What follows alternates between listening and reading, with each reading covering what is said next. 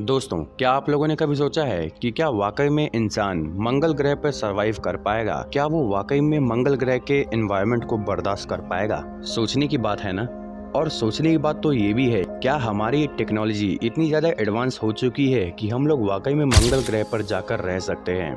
दोस्तों, जरा आप लोग एक बार के लिए सोच के देखो कि अगर हम इंसान मंगल ग्रह पर रहने के लिए चले भी जाते हैं तो हमें वहाँ पे तूफानों का सामना करना पड़ेगा, जो 1 या 2 दिन के लिए नहीं होता है, कई हफ्तों तक चलता है। और वो तूफान इतना ज़्यादा भयानक होता है कि पूरे मंगल ग्रह को ही घेर लेता है।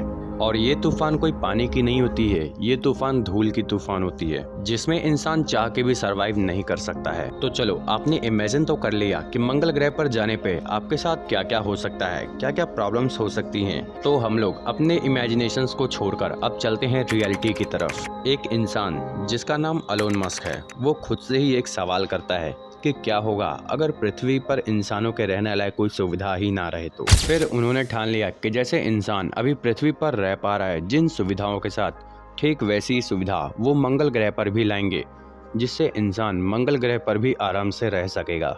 इनके इस मिशन में नासा भी साथ दे रहा था। तो अब पूरी दुनिया को इस बात पर भरोसा हो चुका था कि शायद अब मंगल ग्रह पर जीवन पॉसिबल हो, क्योंकि आज से पहले ऐसा किसी ने नहीं सोचा था। लेकिन एलोन मस्क ही एक ऐसे आदमी थे जो उन्होंने अपने इस सपने पर काम करना भी शुरू कर दिया है, और वो मंगल ग्रह पर 1 मिलियन लोगों के रहने के लिए शहर भी बना रहे हैं। और उनका ये दावा भी है कि 2050 तक उनका ये सपना पूरा भी हो जाएगा। तो जरा आप लोग एक बार के लिए सोच के देखो कि आखिर कैसा होगा वो शहर, जहाँ पे ना ही तो खाने के लिए कुछ होगा और ना ही तो सांस लेने के लिए ऑक्सीजन। तो यहाँ पे सबसे बड़ा सवाल तो ये उठता है कि आखिर एलोन मस्क अपने सपने को कैसे पूरा करेंगे, लोगों को मंगल ग्रह पर ले जाने का। तो अगर आप लोग भी देखना चाहते हो कि एलोन मस्क कैसे करेंगे अपना सपना पूरा, क्या वो वाकई में इंसानों को मंगल ग्रह पर ले जा पाएंगे, अगर आप भी इन सवालों के जवाबों को जानना चाहते हो तो आप लोग इस वीडियो को पूरा जरूर से देखना, क्योंकि आज हम लोग इस वीडियो में ऐसे ही सवालों को जानेंगे। तो चलिए शुरू करते हैं मंगल ग्रह का ये सफर, जिसमें हम लोग बहुत कुछ डिस्कवर करने वाले हैं।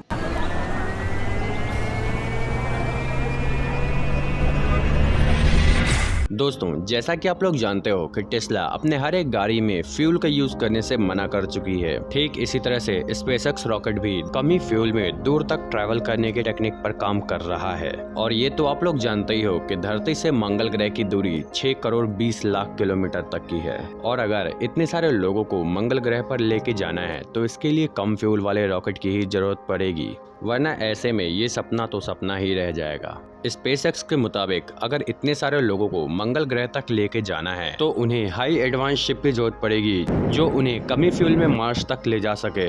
अब आप लोग सोच रहे होंगे कि मार्स तक ट्रैवल करना और वो भी कमी फ्यूल में नामुमकिन है, लेकिन अब जो मैं आप लोगों को बताऊंगा उसे सुनकर आपके भी होश उड़ जाएंगे। स्पेसएक्स का ये भी कहना है कि वो लोग एक ऐसी हाई एडवांस की शिप बना रहे हैं जिसमें वो लोग मार्स पर ट्रैवल आराम से कर सकते हैं, और वो भी बिना फ्यूल के। अब आप लोग सोच रहे होंगे कि भाई जब इस शिप में फ्यूल होगा ही नहीं तो इसके इंजन को पावर मिलेगी कैसे, ये उड़ेगा कैसे? तो भाई इसका सीधा सा आंसर है ठीक वैसे ही जैसे टेस्ला कंपनी की सारी कार्स चलती हैं। स्पेसएक्स का कहना है कि वो अपनी हाई एडवांस शिप को ऑपरेट करने के लिए टेस्ला में यूज होने वाली बैटरी का इस्तेमाल करेंगे। अगर ये लोग अपना स्पेसशिप बना भी लेते हैं तो भी आपके मन में ये सवाल जरूर आएगा कि भाई मार्स पे ये लोग शहर कैसे बनाएंगे। अब आप लोग के मन में ये सवाल भी आ रहा होगा कि भाई हम लोगों ने आखिर मार्स को ही क्यों चुना है, शुक्र को भी तो चुन सकते थे। तो आपके जानकारी के लिए बता दें कि शुक्र पर अभी इतनी तेज गर्मी है कि जिससे इंसान एक पल भी इसे बर्दाश्त नहीं कर पाएगा।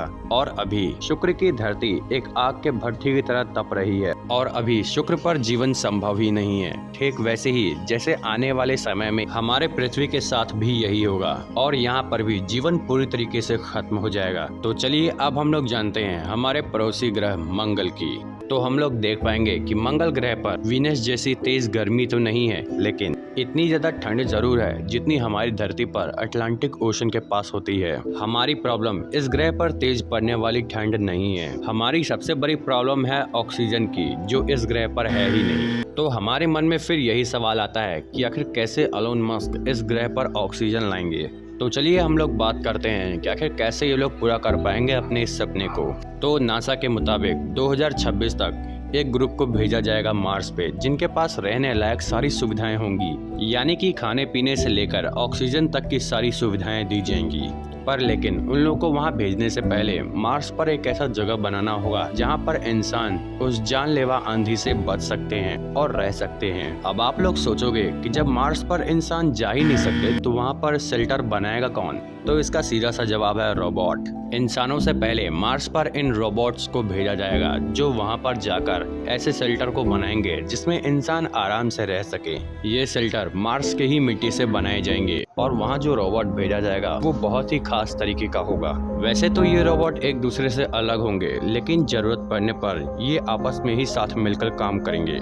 ये रोबोट इंसानों से कई ज्यादा देर तक काम करने में सक्षम होंगे और इनके पास वो सारी खूबियां होंगी जिनसे एक शेल्टर को आराम से बनाया जा सके। सबसे पहले ये रोबोट ऐसे जगह को ढूंढेंगे जहाँ की मिट्टी से आराम से शेल्टर को बनाया जा सके।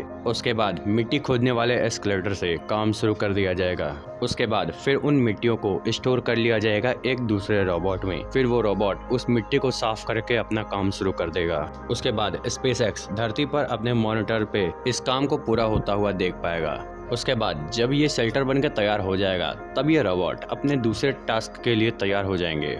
और जब इंसानों का ग्रुप मंगल ग्रह पर जाएगा तो उनके साथ बहुत सारे सामान होंगे। फिर ये रोबोट उन सामानों को शेल्टर तक ले जाने का काम करेंगे। फिर ये रोबोट उन सामानों को शेल्टर में लाके सही जगह पर रख देंगे। उसके बाद उन प्रेशराइज्ड यूनिट्स को भी लाकर अलग अलग रख देंगे जिसमें इंसान रहेगा। इन सभी यूनिट्स को एक साथ जोड़ते हुए एक इलेक्ट्रिसिटी लाइन बिछा दी जाएगी जो एक सोलर फार्म से बिजली लेकर चलेगी, जो पहले से ही रोबोट के द्वारा बनाया गया होगा। क्योंकि अगर जिसको भी मार्स का सैर करना हो तो उसके घर के सामने गाड़ी आकर लग जाएगी जिससे प्रेशर रिलीज ना हो और वो उस गाड़ी में आराम से बैठकर मंगल ग्रह की सैर कर सकेगा। उसके बाद मार्स पे एक ग्रीन हाउस बनाया जाएगा जिसमें सब्जियां उगाई जाएंगी। रिसर्च की माने तो मंगल ग्रह पर सबसे पहले आलू और बीन्स को उगाया जाएगा, लेकिन ग्रीन हाउस का जो सबसे पहला सवाल है वो है ऑक्सीजन पैदा करने का। तो होगा कुछ यूं कि ग्रीन हाउस में जैसे जैसे पौधे बड़े होंगे वैसे वैसे ही वो ऑक्सीजन को रिलीज करेंगे, जिससे बहुत ज्यादा तो नहीं लेकिन कुछ हद तक ऑक्सीजन मिल जाएगा। लेकिन बहुत ज्यादा ऑक्सीजन के लिए हमें बहुत ही अलग अलग तरीके से ऑक्सीजन को बनाना होगा। ऑक्सीजन बनाने के लिए जो पहले रिसर्च की जा चुकी है वो मार्स रोवर मशीन से रिसर्च की गई थी, जो मंगल के वातावरण से CO2 लेकर उसमें हीट और इलेक्ट्रिक करंट के जरिए ऑक्सीजन के दोनों एटम्स को अलग करके O2 बनाया था। और ये बात तो आप लोग भी जानते हो कि मार्स के जमीन के नीचे जमी हुई पानी को ये मशीन ऑलरेडी ढूंढ चुकी है। और अब अगर देखा जाए तो हमारे पास रहने के लिए खाना, पानी और ऑक्सीजन तीनों ही है, यानी कि हमारे पास वो सारी सुविधाएं होंगी जिसके कारण हम मार्स पे भी सरवाइव कर पाएंगे। लेकिन अब यहाँ सवाल ये उठता है कि क्या वाकई में इंसान हमेशा के लिए उन्हीं शेल्टरों में रहेगा? तो इसका भी एक उपाय है कि मार्स के वातावरण को किसी भी तरह से बढ़ा दिया जाए। तो इस पर एलोन मस्क का कहना है कि मार्स पर 10,000 न्यूक्लियर मिसाइल को छोड़ दिया जाए, जिससे मार्स का वातावरण बढ़ जाएगा और वहाँ पर भी धरती जैसा तापमान हो जाएगा, जिससे इंसान आराम से वहाँ पर रह सकेगा। और तभी फाइनली एलोन मस्क का ये सपना सभी को मार्स पर ले जाने का पूरा हो जाएगा। तो दोस्तों, अगर आप लोग मार्स से रिलेटेड और भी कुछ जानकारी चाहते हो तो आप लोग मुझे कमेंट्स में जरूर बताना। तो अगर आप लोग को ये वीडियो अच्छा लगता है तो लाइक जरूर से कर देना और इस चैनल को भी सब्सक्राइब कर देना, क्योंकि इस चैनल पे ऐसे बहुत से इंटरेस्टिंग वाले वीडियोस आते रहते हैं।